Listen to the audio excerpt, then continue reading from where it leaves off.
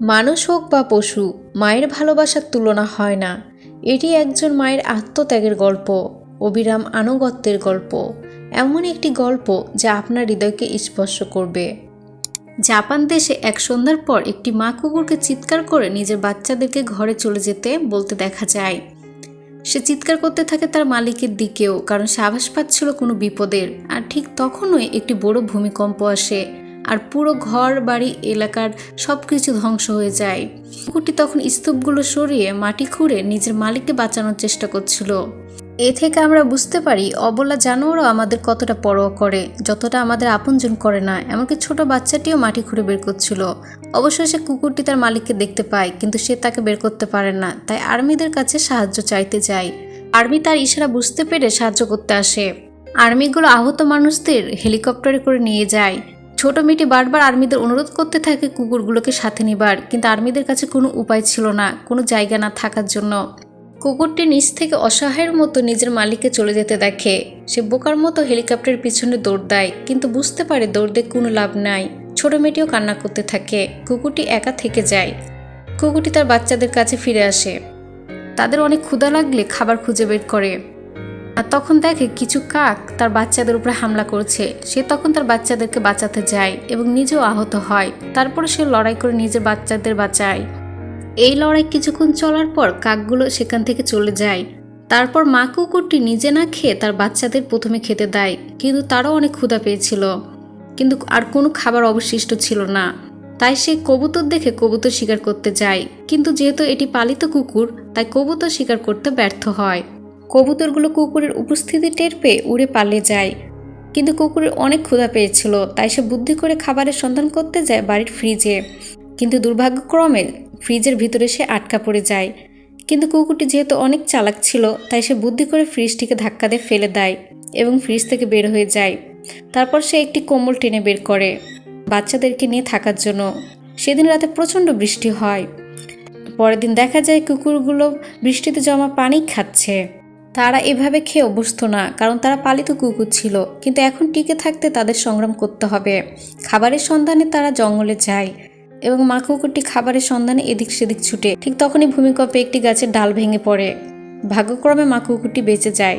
জঙ্গল থেকে ফেরার সময় রাতের বেলাও তারা দুর্যোগের মুখে পড়ে এবং ব্রিজটি ভেঙে মা কুকুরটি বাচ্চা সহ নদীতে পড়ে যায়।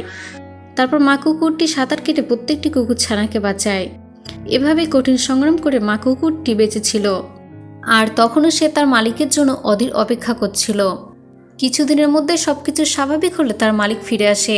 ছোট মেয়েটি বাড়ির এখানে এসে চিৎকার করে কুকুরটিকে খুঁজতে থাকে, কিন্তু তাদের পোষা কুকুরটিকে না পেয়ে মেয়েটি কান্নাকাটি করতে থাকে।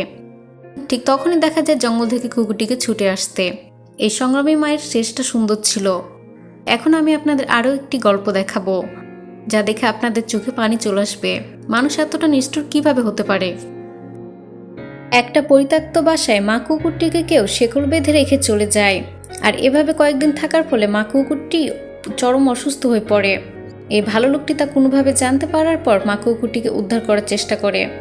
তাকে বারবার অক্সিজেন দিতে থাকে, মুখে পানি দিতে থাকে, কিন্তু কুকুরটি তারপরেও সচেতন হচ্ছিল না।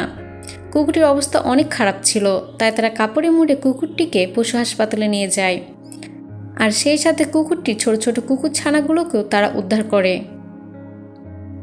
তারপর পশু হাসপাতালে কুকুরটি যথেষ্ট চিকিৎসা ও সেবা পেয়ে আস্তে আস্তে সুস্থ হয়ে ওঠে। মানুষ কতটা নিষ্ঠুর হলে এরকম আচরণ করতে পারে। আপনার কুকুর অপছন্দ হতেই পারে, কিন্তু এভাবে শেকলতে বেঁধে মেরে ফেলার চেষ্টা করা চরম অন্যায়ের। যাই হোক, এই ভালো লোকটি কুকুরগুলোকে বাচ্চাসহ দত্তক নিয়ে নেয় এবং পরম যত্নে নিজ বাড়িতে কুকুরগুলোকে পালন করতে থাকে। এরপর আরেক মায়ের গল্প দেখায়। হোক মানুষ বা পশু, মায়ের ভালোবাসার সাথে কোনো কিছুর তুলনা হয় না। এই ছোট কুকুরটি ডাস্টবিনের ওপর থেকে দৌড়ে এসে এই মেয়েটির কাছে সাহায্য প্রার্থনা করে।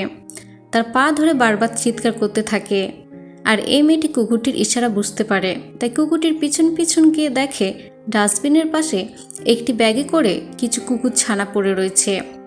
এই কুকুরটির মালিক তাকে একা পুষতে চেয়েছিল।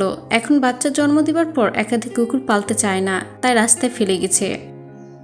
দেখুন, শখের বশে কুকুর পালা উচিত নয়, কারণ এটা অনেক বড় একটা দায়িত্ব। আর পালিত কুকুর এভাবে রাস্তায় ফেলে দেওয়া তো চরম অন্যায়ের। যাই হোক, এই ভালো মেয়েটি কুকুরগুলোকে নিজ বাসায় নিয়ে যায়। তারপর কুকুর এবং কুকুর ছানাগুলোকে সে পরম যত্নে বড় করতে থাকে। কুকুরটিও একটি নতুন বাসা খুঁজে পায়। দেখুন, পালিত কুকুরদের বাইরে চলাফেরা করে বা খাবার সংগ্রহ করে খাওয়ার অভ্যেস থাকে না। তারা বাইরে সংগ্রাম করে টিকে থাকতে পারবে না। তাই পালিত কুকুরকে কখনোই রাস্তায় ছুঁড়ে ফেলা উচিত নয়। আমরা সৃষ্টির সেরা জীব, তাই মানুষের উচিত পশু পাখির উপর সদয় আচরণ করা। আমি যদি কুকুর বা পশু পাখি পালন করতে না পারি তাহলে অ্যাডপশনের জন্য দিয়ে দেব বা কোনো শেল্টারে দিয়ে দেব, কিন্তু কখনোই এভাবে রাস্তাতে ফেলে দেওয়া উচিত নয়। বরং আমাদের তো উচিত ক্ষুধার্ত পশু পাখিদের খাবার দেওয়া এবং বিপদে পড়া কুকুর বা অন্যান্য পশু পাখিকে সাহায্য করা। আর আমি মনে প্রাণে বিশ্বাস করি, আমি যদি কোনো পশু পাখির উপকার করতে না পারি, কমসে কম কোনো ক্ষতি করব না, যেহেতু তারা আমাদের কোনো ক্ষতি করে না। মানুষ কতটা নির্দয়ালু হলে কুকুরের এভাবে হাত পা বেঁধে রাস্তায় ফেলে দেয়। আমাদের মনে রাখা উচিত পশু পাখিদেরও আবেগ রয়েছে। তারাও সুখ আনন্দ অনুভব করতে পারে, একইভাবে কষ্ট দুঃখ অনুভব করতে পারে। এখানে দেখুন, একটি মা কুকুর তার মৃত বাচ্চার জন্য কেমন কান্নাকাটি করছে। মৃত বাচ্চাটিকে তার মালিক মাটি দেওয়ার চেষ্টা করলেও মা বারবার হাঁচড়ে বের করার চেষ্টা করছে।